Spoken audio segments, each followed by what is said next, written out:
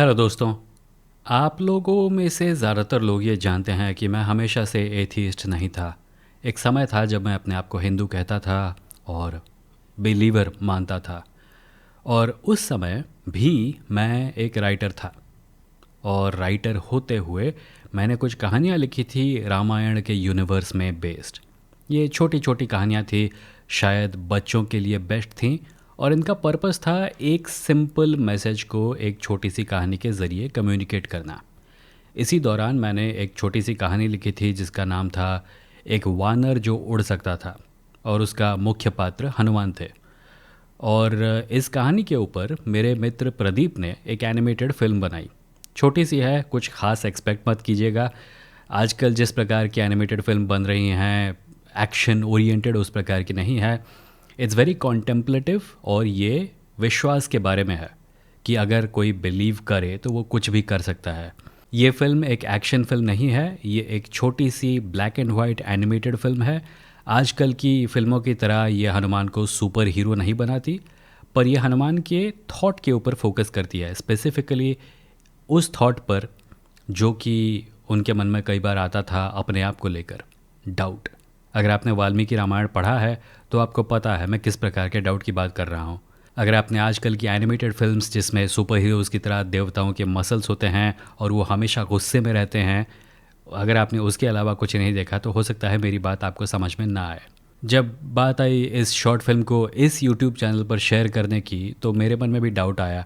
मैंने सोचा ये चैनल एथीइस्ट चैनल है और यहाँ की ज़्यादातर ऑडियंस भी एथीइस्ट है, कहीं वो नापसंद तो नहीं करेगी इस वीडियो को देखकर। और मैंने कम्युनिटी टैब में एक पोल डालकर आप लोगों से पूछा कि क्या आप लोग इसे देखना चाहेंगे, और आप लोगों में से ज़्यादातर लोगों ने कहा कि आप इसको देखना चाहते हैं। जो 1000 के आसपास वोट पड़े उनमें से ज़्यादातर ओवरवेलमिंगली कह रहे थे कि वो चाहते हैं देखना कि ये शॉर्ट फिल्म कैसी है। तो आप लोगों की इच्छा के मुताबिक मैं इसे आपके सामने पेश कर रहा हूँ। एक बात का ध्यान रखें, ये कई सालों पहले लिखी गई थी जैसा कि मैंने कहा, पर ये रिकॉर्ड भी तब हुई थी जब मेरे पास माइक वगैरह नहीं था, तो मैंने उसको अपना फ़ोन पर रिकॉर्ड किया था। और वही ऑडियो मैंने प्रोवाइड किया था प्रदीप को, और प्रदीप ने उसी ऑडियो का इस्तेमाल किया है। सो अगर ऑडियो क्वालिटी में थोड़ी प्रॉब्लम है तो मुझे माफ़ कीजिए, वो मेरी गलती है। और अब फिल्म पेश है।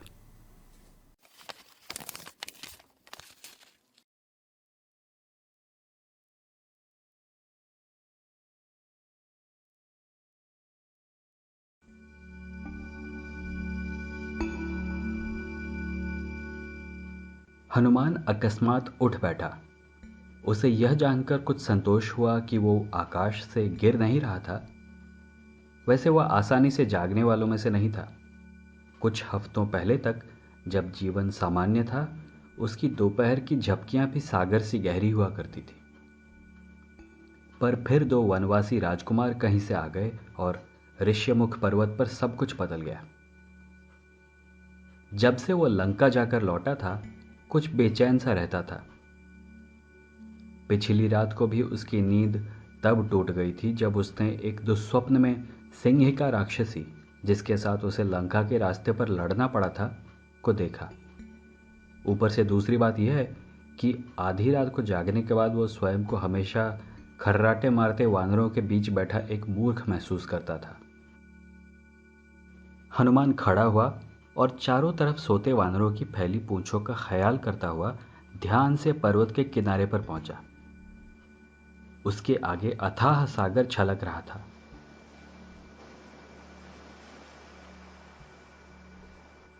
रात के अंधेरे में रावण की लंका दिख तो नहीं रही थी, पर हनुमान को ज्ञात था कि वो द्वीप उसी सीध में कहीं है। उसकी आंखें जैसे जैसे लहरों पर खेलती चंद्रमा की रुपहली रोशनी की आदी हुई, वैसे वैसे गत कुछ महीनों की आश्चर्यजनक यादें उसके मन में लौटने लगी। सीता की तलाश में भारतवर्ष के अंत तक पहुंचने के बाद उन्हें जटायु के भाई संपाति ने निराशा के घोर अंधेरे से बचाया था। संपाति ने ही हनुमान और उसके मित्रों को सागर पार लंका के विषय में बताया था।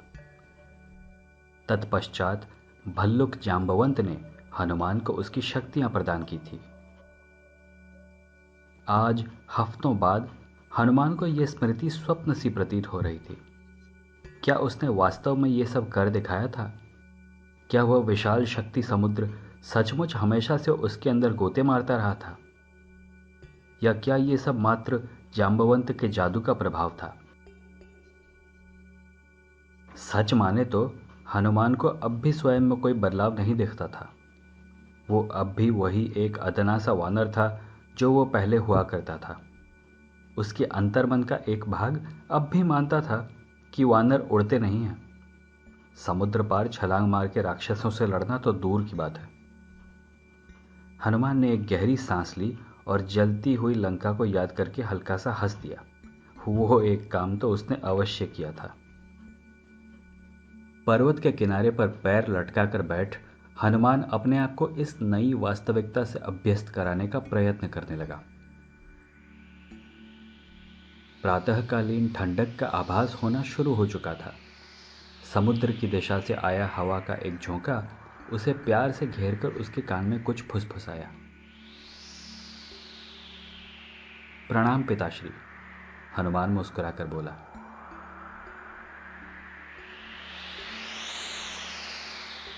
वायुदेव, हनुमान के पिता और समस्त पृथ्वी पर चलने वाली हवाओं के मालिक, ने हनुमान के शरीर को सहलाते हुए उसे बताया कि वो उससे कितना प्रेम करते हैं।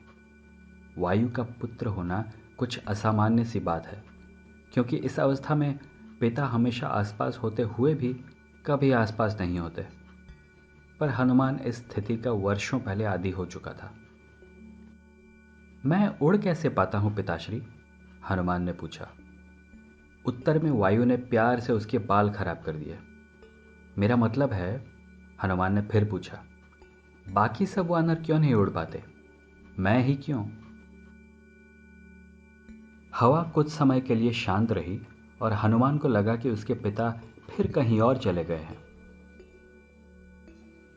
पर फिर वायुदेव ने उससे पूछा कि वो ऐसा क्यों सोचता है कि सब वानर उड़ नहीं सकते।